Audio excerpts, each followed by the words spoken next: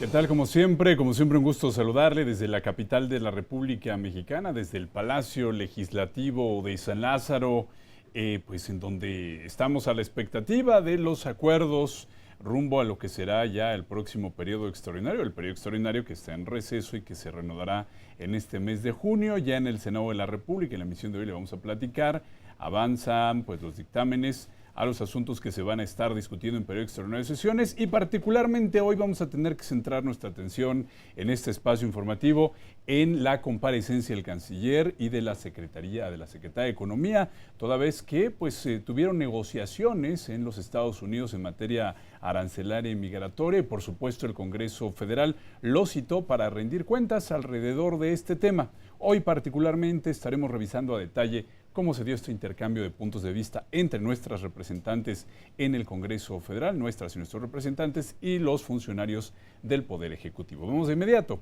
con todos los detalles.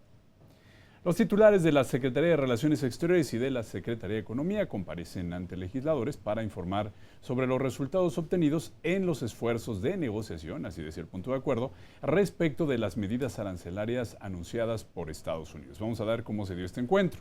Previo a las intervenciones, el presidente de la mesa directiva de la Comisión Permanente, Martí Batres, explicó el formato de la comparecencia y tomó protesta a la y el funcionario.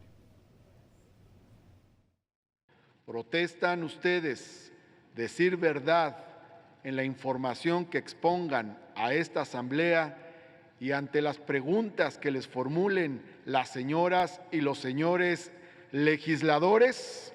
Sí, protesto. Sí, protesto. Bueno, y conforme al acuerdo, Marcelo Ebrard tomó primero la palabra, relató cómo la delegación mexicana se enfrentó a una posición pues bastante rígida estadounidense y de imponer aranceles a los productos mexicanos. En tanto, México no atendiera el fenómeno migratorio. Detalló que en la negociación trabajaron en conjunto con la Secretaría de Economía, el Banco de México, la Secretaría de Hacienda y los resultados, enfatizó, solo aquellos dados a conocer al Senado de la República. Por lo que puedo afirmar con toda certidumbre y veracidad que no existe ningún compromiso por parte de la delegación mexicana que no esté asentada en el informe que envía al Senado de la República, que ahora se los enviaremos a las y a los diputados, porque acepto que no se lo había yo enviado a usted, señor presidente de la Cámara de Diputados. Eso lo enmendamos de inmediato. O que estén establecidos en este documento, que es la declaración conjunta. Bueno, esto lo señala el Poder Legislativo, toda vez que hay que recordar que en este mismo espacio informativo mostramos una conferencia de prensa donde el presidente norteamericano agitaba el acuerdo y decía que había partes que no se iban a dar a conocer por parte de México. No obstante, con esto que señala el canciller a nuestro Congreso, nos deja en claro que no hay nada que no esté dado a conocer al Senado mexicano y ahora a la Cámara de Diputados se ha remitido la copia correspondiente. También el canciller se refirió al tema del despliegue de la Guardia Nacional, puntualizó que esta y otras medidas, como el fortalecimiento del Instituto Nacional de Migración y la aplicación del desarrollo integral con la CEPAL para Centroamérica, son medidas que estaban previstas desde antes del inicio de la coyuntura presentada por las amenazas del presidente Trump. Todo este capítulo sobre Guardia Nacional, fortalecimiento al Instituto Nacional de Migración, está fundamentado en la ley mexicana. La Guardia Nacional tiene que respaldar al Instituto Nacional de Migración. O sea, así está establecido en la ley que ustedes tuvieron a bien aprobar. Expuso otro tipo de acciones, la asociación con la ONU, la ACNUR y los gobiernos de Norteamérica y Centroamérica involucrados para incluso desmantelar las redes de tráfico de personas que usan a menores de edad para buscar asilo en los Estados Unidos. Para conformar lo que llamaríamos un sistema regional de gestión migratoria, porque este problema ni va a desaparecer ahora, y sí tenemos que hacer un esfuerzo internacional mayor porque no se está haciendo. Es decir, en el escenario internacional son otros los puntos o los focos rojos y no el flujo que estamos viviendo el día de hoy. Bueno, por su parte, la secretaria de Economía, Graciela Márquez Colín, explicó al Congreso, ahí en el Pleno, en primer lugar, lo hecho previamente por el gobierno mexicano para sentarse a la mesa de negociaciones con los Estados Unidos, pues apuntó ya se contaba con los instrumentos suficientes para enfrentar la situación. Incluso, dijo, se incluía el recurrir a la Organización Mundial de Comercio. En la Secretaría de Economía sabíamos que contábamos con instrumentos legales para una defensa de esa medida. Y contábamos con esos instrumentos legales porque lejos de ser enemigos de los Estados Unidos, somos sus socios. Y somos sus socios estratégicos.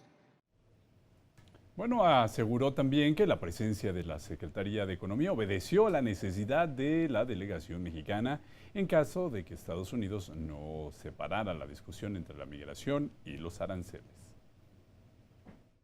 Comenzamos a trabajar en esa lista de aranceles y al mismo tiempo prepararnos para una negociación que no queríamos en ningún momento, y nunca lo planteamos así, no queríamos que fuera de aranceles.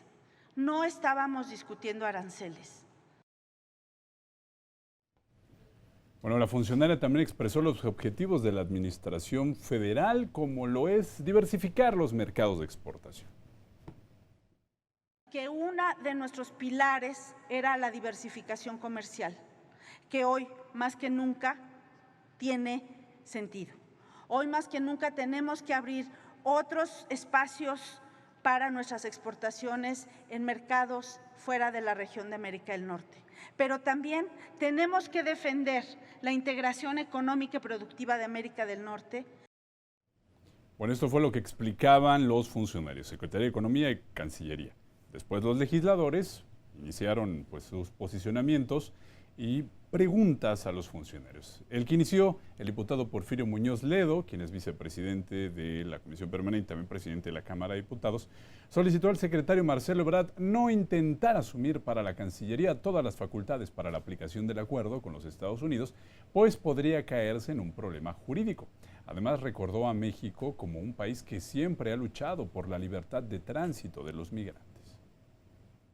Yo creo que no conviene, señor secretario, usted absurda todas las funciones, porque perdemos margen de maniobra y porque además abuso de funciones, que no es el caso, hace nulas las decisiones. Y además que no lo hinchen tanto porque me lo van a reventar. Bueno, y para el senador Miguel Ángel Mancera del Grupo Parlamentario del PRD, el plazo de 45 días impuesto a México no es el mejor de los escenarios. No obstante, reconoció que se deben sumar esfuerzos para alcanzar las metas propuestas. Consideró que en caso de una aplicación de aranceles, resultaría una crisis para ambas economías, principalmente en el sector manufacturero. Entendemos que sin ser lo óptimo, México está en un periodo de prueba para demostrar la eficacia de las medidas que se adoptarán y a su vez para preparar la negociación en caso de que los resultados no fueran los esperados. A ello debemos enfocar todos nuestros esfuerzos garantizando siempre el respeto a los derechos humanos. Por su parte, el Grupo Parlamentario del Partido Verde, la senadora Verónica Noemí Camino, lamentó que esta situación se haya derivado de la situación política en Estados Unidos. Además, cuestionó la ausencia de los gobiernos de Centroamérica para también coadyuvar en el desarrollo de la región y frenar así la migración ilegal hacia Estados Unidos.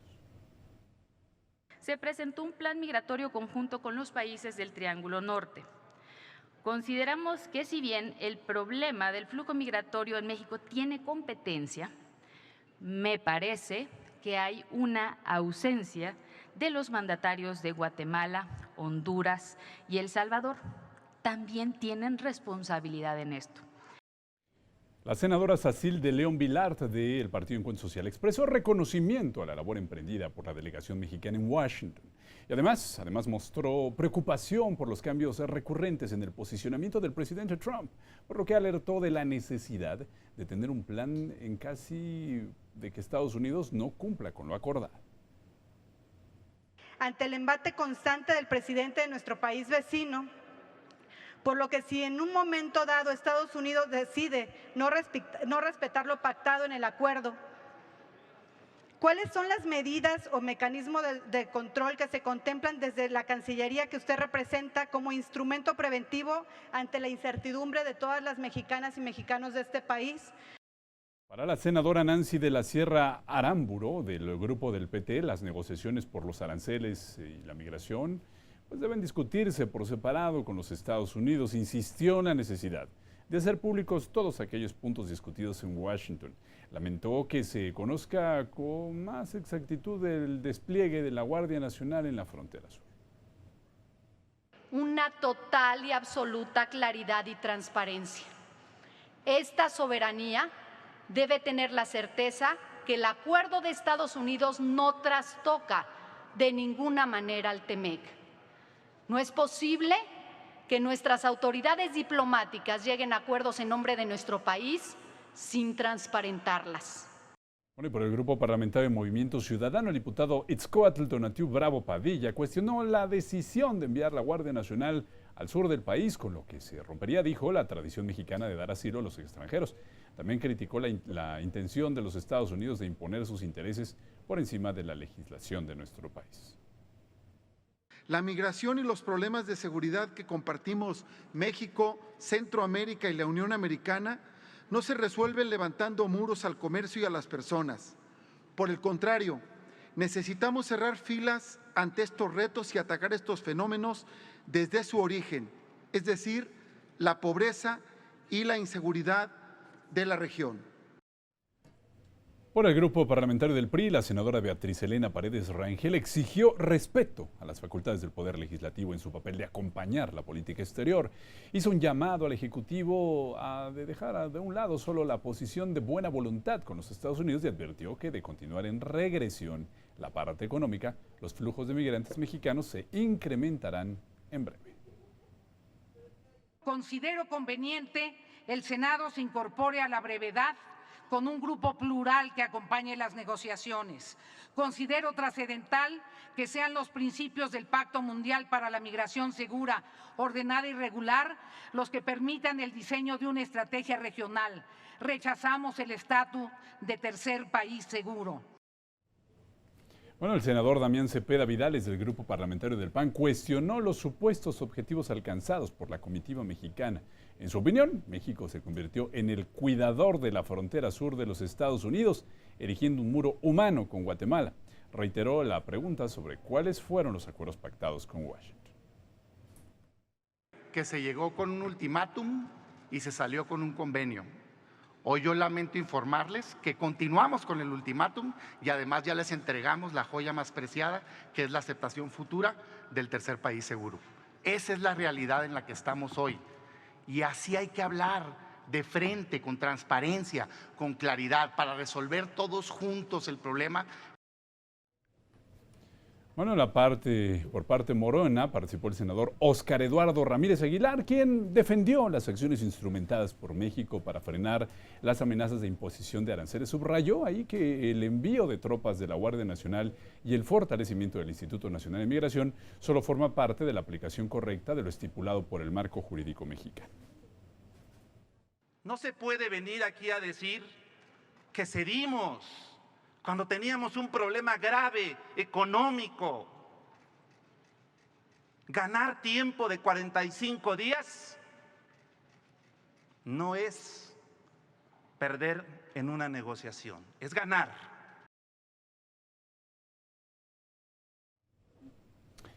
Bueno, esto fue lo que los grupos parlamentarios expresaron a los funcionarios. Vinieron las respuestas.